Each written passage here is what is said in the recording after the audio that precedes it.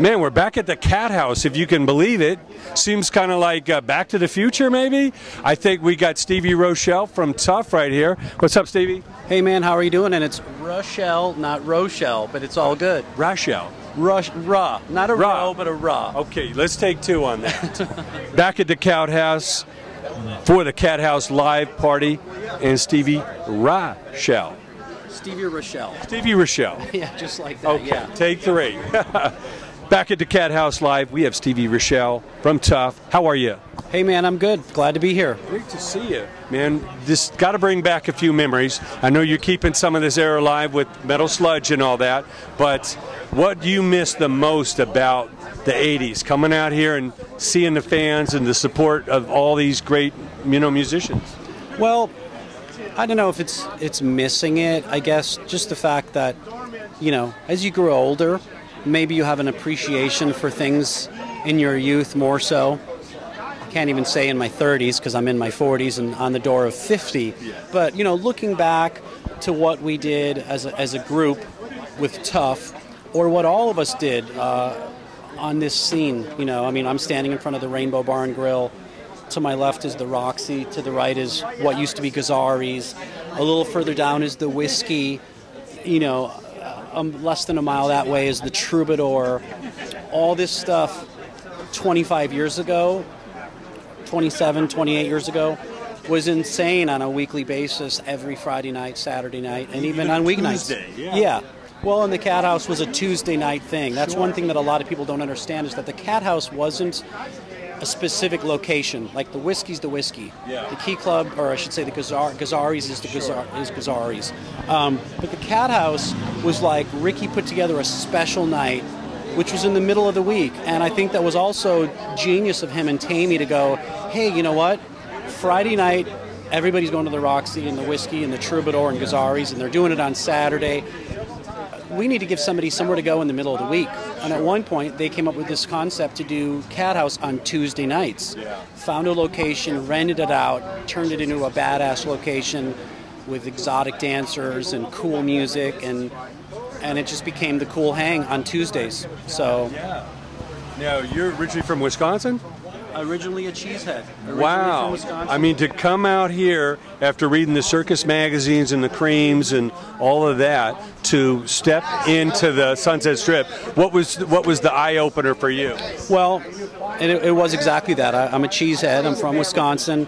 And as a kid, meaning in my late teens, as I started to get into metal through MTV, watching Motley Crue, Rat, reading Hit Parader and Circus and all that, I at one point knew I was going to come here. Just couldn't do it when I was 18 or 19. I guess I wasn't fully ready for it. I mean, I was playing in a band, kind of honing my skills. And within a couple of years, though, I turned 21, and I was like, I'm on my way. So I flew here in the summer of '87. And was it an eye-opener? I mean, absolutely, compared to, what I was used to in Wisconsin. Yeah. But for whatever it's worth, I fit in. Felt like the homeland? No, I totally fit in. I mean, when I used to go to concerts in Green Bay or Milwaukee, whether it was Dokken with King Cobra or Judas Priest with Great White, I would go to those concerts and I felt like I was part of that. I didn't say, I'm going to do that, I want to do that. I'm making that happen, and so just being in that scene with those bands and that whole sound, look, lifestyle, it was something that I think I fell right into when I got here.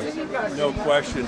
I was at the record release party for the Warrant Cherry Pie album, Right. standing there, and up comes Tuff. You guys were dressed to the nines. Right. It was very memorable. You guys walked in like you were the stars of the show. Right. You remember that night? It's Prince's old club down on 3rd and Boylston. It was the Cherry Pie In LA? It was Cherry Pie release party. Honestly, I don't remember Yeah. that, but I mean, and I usually have a Pretty good sure you memory. were there, but at least your three cohorts were definitely there. Yeah, but But you were dressed for the stage. It was yeah, like a big party. we had something at that point, and that's, I mean, any band that achieves the success of getting a major record deal and having some of those things take place, it's not just because, hey, I know somebody give you a record deal. I mean, we put some years in. I mean, we got signed in '90, and all of us had been playing in bands and screwing around in basements and garages and clubs for 5, 6, 7 years, you know. So it's not like we went, hey, I like Motley Crue, let me bleach my hair, and now I got a record deal. It didn't happen like that. We put in a lot of work.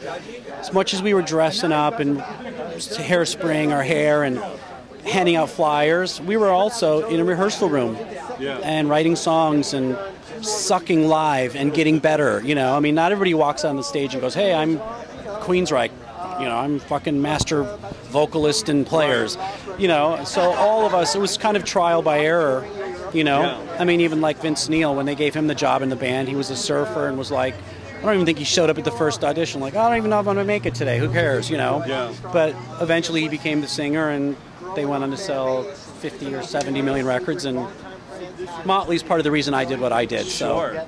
Well, I can't forget the days that you go down the strip and Tommy Lee and Nikki would be promoting the record, and you'd go to the Palladium, and Robin Crosby or Bret Michaels or Bobby Dahl would be out flyering, or you know, these guys were machines back then. I mean, a lot of people think, you know, that it was easy, and like you said, they were pounded, you know. I remember the record deal Poison did. It wasn't that great of a deal, you know, and you know, it was the perseverance, it was the passion for the music. Right, exactly. And the thing is, what you just said about those bands, they worked their asses off, and we did too. And I remember there was a philosophy that I had that I recently saw on an interview with Rick Savage from Def Leppard and Joe Elliott.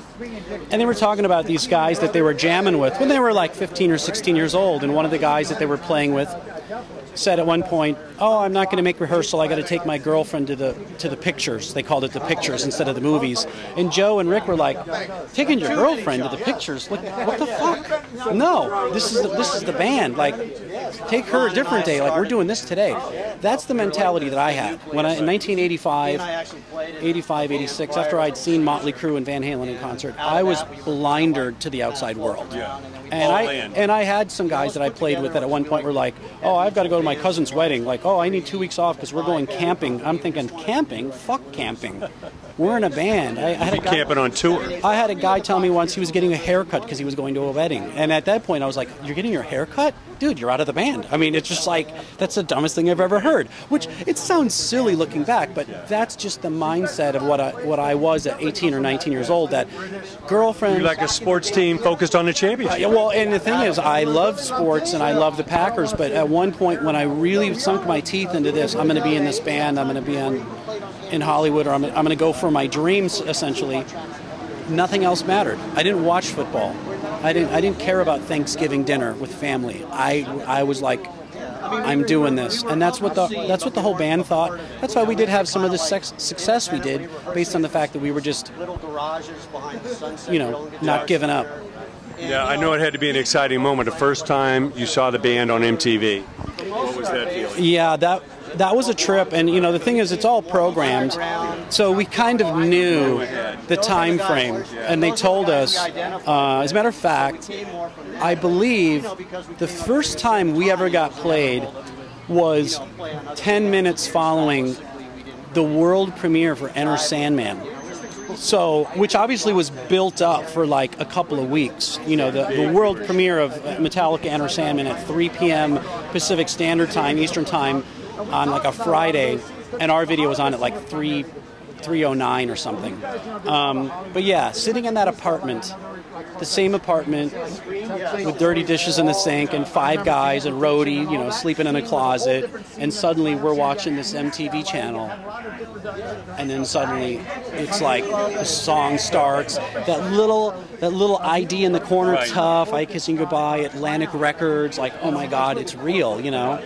And over the course of a month or so that we were on, not only on MTV, but on the Dial MTV, and then we were on the Countdown, going from number 9 to number 7 to number 5. I was like, oh my God, it didn't seem real for a while. Changed your life in a way. Well, yeah, it did. I mean, it didn't change my life financially. I never bought a house or a Porsche, but I mean, I'm proud of that moment, and I'll hold that with me forever. Your stock went up. Yeah, so it was a great feeling because, you know, going back to 1981, when I was 15 years old, and my friends went, hey, we're going over to Mike's house because he's got cable TV and they have that MTV channel.